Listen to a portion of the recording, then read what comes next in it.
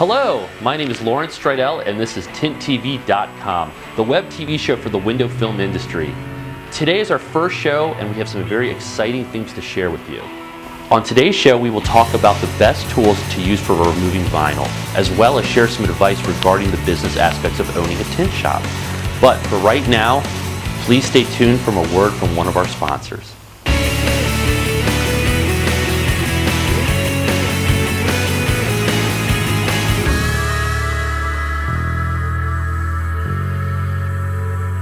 This episode is brought to you by 44tools.com, the tint tool provider used by our shops and our guys, and by solivay.com/superphone. To inquire about becoming a dealer just like us, click on our link. Now it's time for our first segment, Interesting Installations. Today's interesting installation is going to be on a 2005 Ferrari Mondena 360. We are doing a full paint protection kit as well as some custom paint protection pieces specifically requested by the client. This paint protection kit is a level 5 in the difficulty rating on our computer cut plotting program. It is the highest level of difficulty and is probably due in part to the bumper. The total time for this kit should take us around 4 hours. The film that we used during this installation was Gard's Clear Bra Paint Protection. This film is generally a stiffer product to work with, but it's also a thicker product which allows it to handle impacts much better. Okay, let's check out this interesting installation.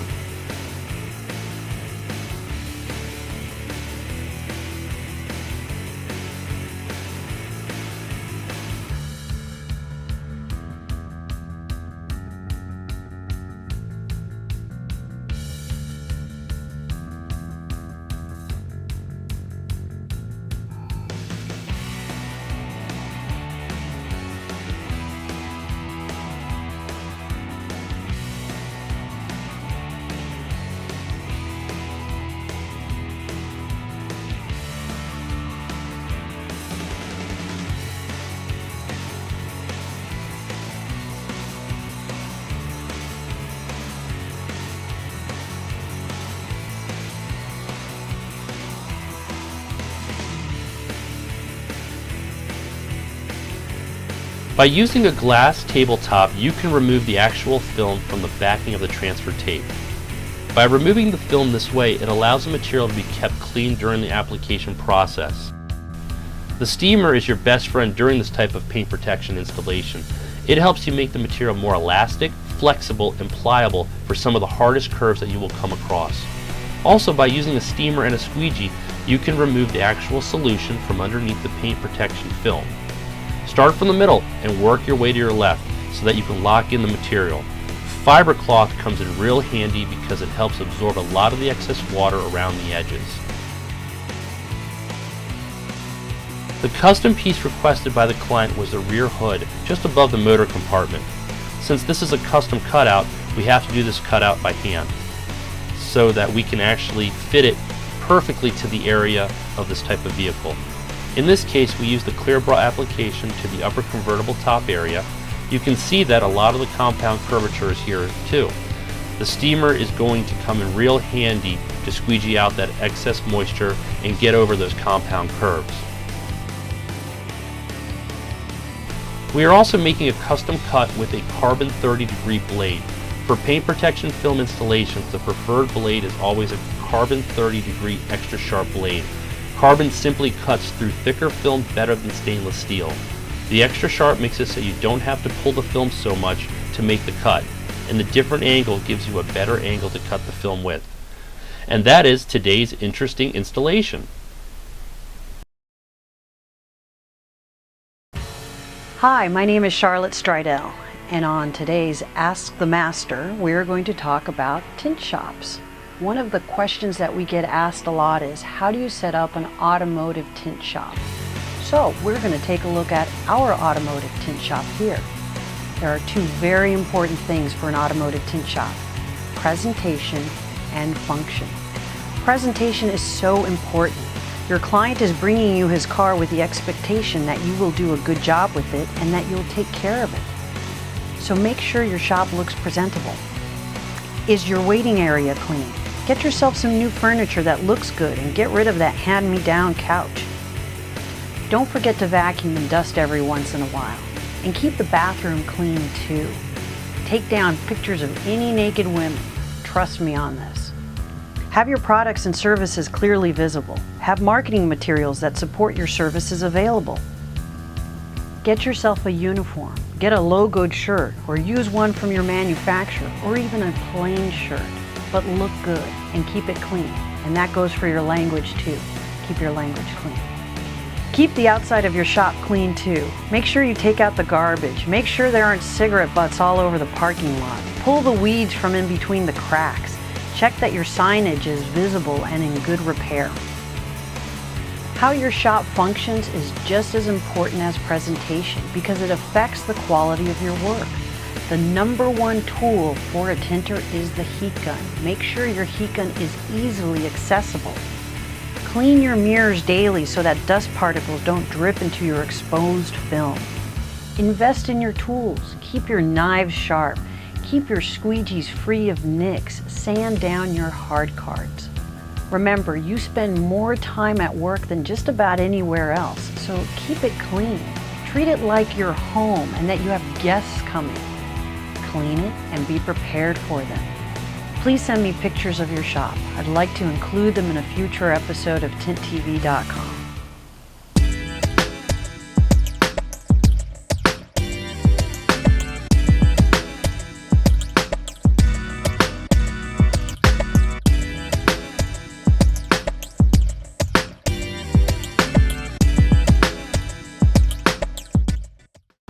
On this segment of Tool Time for Tinters, I'll be demonstrating how to de-wrap a Nissan Cube. It's a process where we remove vinyl advertising off of a vehicle. I'll be using a gator blade, a heat gun, and a steamer, and we'll see which process works best for us.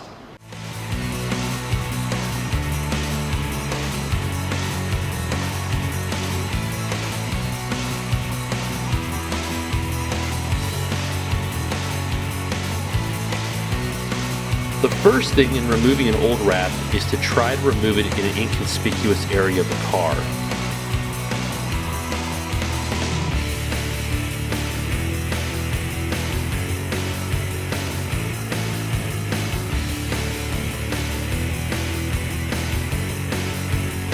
You'll want to see if it removes easily or not. This will help you determine how much time you're going to spend on it, which should help you price out the removal process. Generally, little flakes mean the film has deteriorated in the sun, or a super hard pull means that there has been a bonding agent added. These are signs that you'll be spending a lot of time to remove the wrap. Charge the client accordingly. So, you have two ways to do a removal: heat gun or steamer. Heat guns and steamers both do well. Heat guns produce more heat, so you may break apart the film if you heat an area too much. A tool that you find useful is a gator blade. The plastic blade helps chisel the film away from the car while avoiding damage to the paint.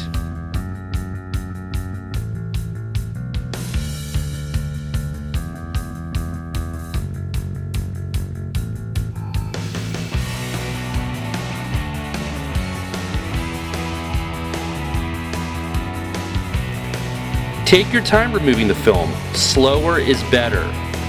It is better to take your time and do it right than rush through the process and risk damaging the vehicle.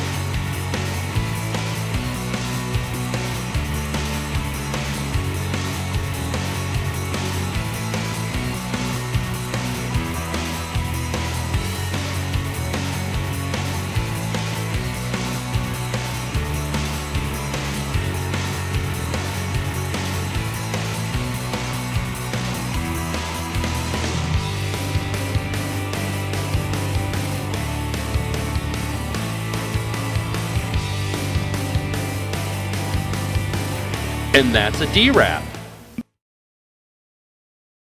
Hi!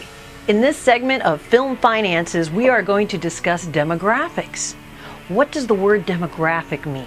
Well, it means the statistical data of a population, especially showing income, age, education, etc. But what does the word mean to you, the business owner of a window tint shop? Well, it means, who is your customer? What kind of customer do you have? What kind of person are you drawing into your business on a regular basis? It's important to know who your customer is because it affects everything you do in the business. It affects big things such as advertising, how your shop looks, what services you offer, what your websites look like, all the way to small things like what kind of uniform do you have, what do your business cards look like.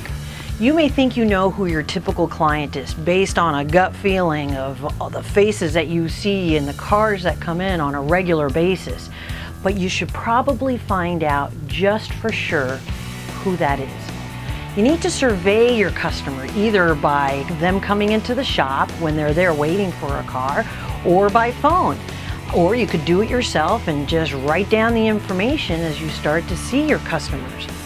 At our automotive window tinting shop about 10 years ago, we surveyed our customers that were waiting in the waiting room. We gave them a sheet of paper with some questions on it. The questions were things like, are you male or female? How old are you? Where do you live?